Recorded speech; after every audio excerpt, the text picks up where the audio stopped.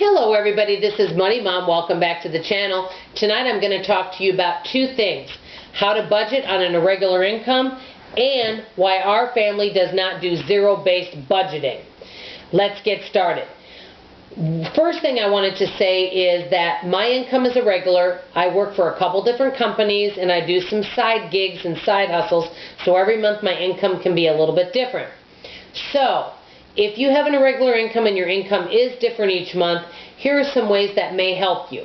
Number one, first thing you do is you add all of your bills together to see, and your expenses, bills, expenses, any way that your family spends money, and see what it adds up to. Then, whatever income is your smallest, like if you know that you make anywhere from $3,000 to $5,000 a month, see what all of your bills and expenses add up to and really try to make sure that it doesn't go above what your smallest income is. And mine does not, thank goodness. I don't have a lot left over on my very smallest months, but it doesn't go over. So that's number two. Number three, base your budget on your smallest income and try also in that to see if you can save, even in your smallest amounts, if you can try to save 10%, that will be great. Number four, during your higher income months, do these two things. This is for me anyway. I try to save more during those months.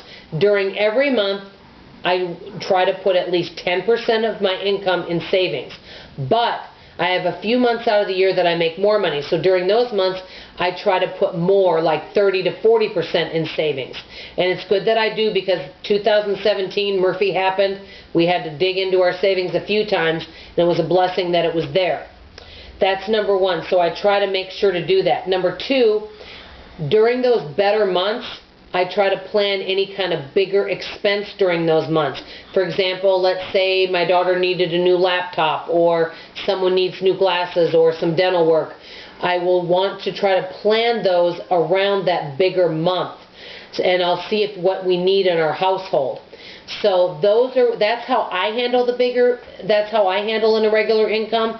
Try to keep my expenses low, constantly looking at ways to cut expenses, looking at ways to make extra money. So my wheels in my head are always turning on how to do that. But I really am trying to keep all my expenses as low as I can so I can live off the smaller income. And during the hardy months, really setting aside a substantial amount for savings for when an emergency does happen. Now on to the second part of the video. I've had a few people ask me, what is zero-based budgeting? Zero-based budgeting, which most of you may know this, is basically what it is it's giving every dollar a name. That means, all of your bills, expenses, and then also sinking funds, savings, giving every dollar a name. I do that for much of it, but because I have an irregular income, I always keep about $200 to $300 extra in checking. And the reason I do that is so I don't have to go into my savings account. For example, last month we had a computer expense that we were not expecting or anticipating.